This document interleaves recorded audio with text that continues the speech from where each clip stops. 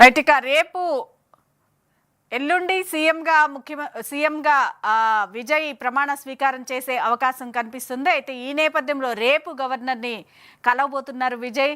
ఎల్లుండిగా ఆయన ప్రమాణ స్వీకారం చేసే ఛాన్స్ కనిపిస్తుంది. చెన్నైలోని నెహ్రూ స్టేడియంలో ప్రమాణ స్వీకారం చేసే అవకాశాలు ఉన్నట్లుగా తెలుస్తుంది. ఈ నేపథ్యంలో రేపు గవర్నర్ను కలవబోతున్నారు విజయ్.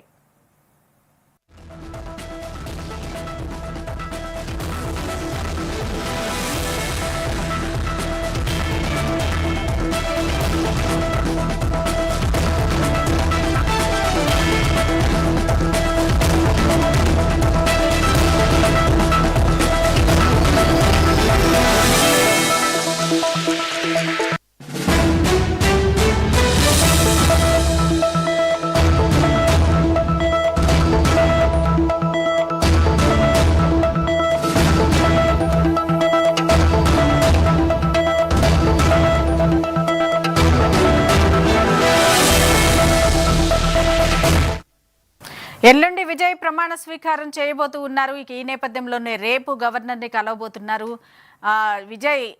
ఎల్లుండి ప్రమాణ స్వీకారం చేయబోతున్నారు. అయితే చెన్నైలోని నెహ్రూ స్టేడియంలో ప్రమాణ స్వీకారం చేసే అవకాశాలు ఉన్నట్లుగా తెలుస్తుంది. మొత్తానికి రేపు గవర్నర్ని కలవబోతున్నారు విజయ్.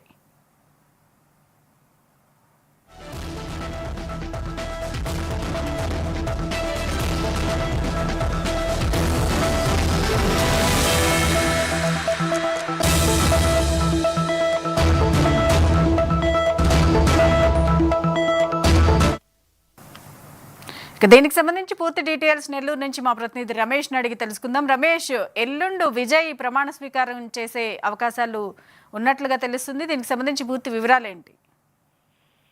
Good evening Sudha.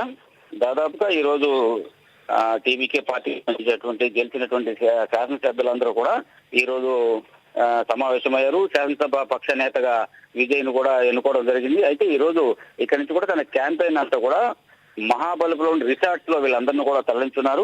అయితే వీళ్ళందరూ కూడా ఎమ్మెల్యేలందరూ కూడా అక్కడ తరలించి వీళ్ళందరూ కూడా ఏ విధంగా నిర్ణయాలు తీసుకోవాలనే దాని మీద సమాలోచన చేస్తున్న నేపథ్యం కనిపిస్తుంది. మరోవైపు చూసుకున్నట్లయితే గవర్నర్ని అంటే దాదాపు ఎల్లుండి రేపు లేదా ఎల్లుండి గవర్నర్ కలిసే అవకాశం అయితే కనిపిస్తుంది. అంటే తనకు ప్రమాణ స్వీకారానికి అంటే తనకు పూర్తి స్థాయిలో సంఖ్యాబలం తనకి అవకాశం ఇవ్వండి, ప్రమాణ స్వీకార అవకాశం నుంచి కోరే అవకాశం అయితే కనిపిస్తుంది. అయితే దాదాపుగా ఆయన ఇప్పుడు ఉన్నటువంటి పరిస్థితుల్లో ఆయనకు దాదాపుగా 11 సీట్లు అయితే ఆయనకు అవసరమైన పరిస్థితిలో ఓవైపు అటు డిఎంకేతో పాటు అటు ఏఐడిఎంకేలో ఉన్నటువంటి కాంగ్రెస్, సిపిఐ, సిపిఎం నేతలందరూ కూడా అదేవిధంగా పీవీకి వీళ్ళందరితో కూడా చర్చలు సాగుతున్నారు. అంటే వీళ్ళు బయట నుంచి మద్దతు ఇస్తారా, ఏ విధంగా మద్దతు ఇస్తారనే దాని మీద చూడాల్సిన అంశం అయితే ఉంది. అయితే మరోవైపు చూసుకున్నట్లయితే రేపు గవర్నర్ ఎప్పుడైతే విజయ్ కలవబోతున్నాడో దీని మీద ఇప్పుడు అందరూ కూడా ప్రమాణ స్వీకారం 7వ తారీఖు చేస్తారా అంటే గవర్నర్ గాని వెంటనే అనుమతి ఇస్తే మాత్రం అంటే వీళ్ళందరితో ఇప్పటికే సంప్రదింపులు జరుగుతున్న నేపథ్యంలో ఎల్లుండి కానీ అంటే 7వ తారీఖు ఆయనకి ఛాన్స్ ఉండే అవకాశం ఉన్నట్టు కూడా కనిపిస్తుంది. అంటే ఎందుకంటే తనకి ఏదైతే ఇప్పుడు సంఖ్యాబలం లేని కారణంగా వీళ్ళందరితో సంప్రదింపులు జరుపుతూనే ఉన్నారు. అయితే ఇప్పటి వరకు కూడా అటు కాంగ్రెస్ పార్టీ కావచ్చు అటు బీజేపీకి వచ్చినప్పుడు 3 సీట్లు ఎట్టి పరిస్థితుల్లో ఆయన వాళ్ళ మద్దతు తీసుకునే అవకాశం అయితే లేదు. ఇక కాంగ్రెస్ పార్టీ నుంచి కాంగ్రెస్ పార్టీకి 5 సీట్లు వచ్చున్నాయి. మరి సిపిఐ, సిపిఎం ఒక 4 సీట్లు ఉన్నాయి. మరి పీవీకే అంటే 2 పార్టీల్లో ఉన్నటువంటి వీళ్ళు ఏ విధమైనటువంటి మద్దతు ఇస్తారు దాని మీద చర్చలు అయితే కూడా ఈ రోజు పొద్దుపోయే వరకు కూడా చర్చ జరిగే అవకాశం ఉంది. దానికి సంబంధించినటువంటి అటు సిపిఎం నేతలందరూ కూడా తమను ఆహ్వానిస్తే చర్చలకు ఖచ్చితంగా మేము డిస్కషన్ చేస్తాము, దాన్ని బట్టి మేము నిర్ణయం తీసుకుంటామని వామపక్షాలు అయితే చెప్తున్నారు, వామపక్ష నేతలు అయితే చెప్తున్నారు. మరి కాంగ్రెస్ పార్టీ మాత్రం ఇప్పటికే కాంగ్రెస్ పార్టీ అగ్రత ఎవరైతున్నారు రాహుల్ గాంధీ ఆయనకి శుభాకాంక్షలు చెప్పడం దానికి సంబంధించి ఆయన దాన్ని వాళ్ళు కోరే అవకాశం కూడా కనిపిస్తుంది. అయితే ప్రధాని నరేంద్ర మోడీ కూడా ఆయన శుభాకాంక్షలు చెప్పిన తర్వాత రాష్ట్రానికి కేంద్రం నుంచి సహాయం కావాలని కూడా కోరడం జరిగింది. ఈ అన్నిటి పరిణామాలు చూసుకున్నట్లయితే రేపు గవర్నర్ ని కలవబోతున్న పరిస్థితిలో ఎన్ని ఆయన ప్రమాణ స్వీకారం చేస్తాడా అంటే ఇంత అత్యవసరంగా చేస్తారా అని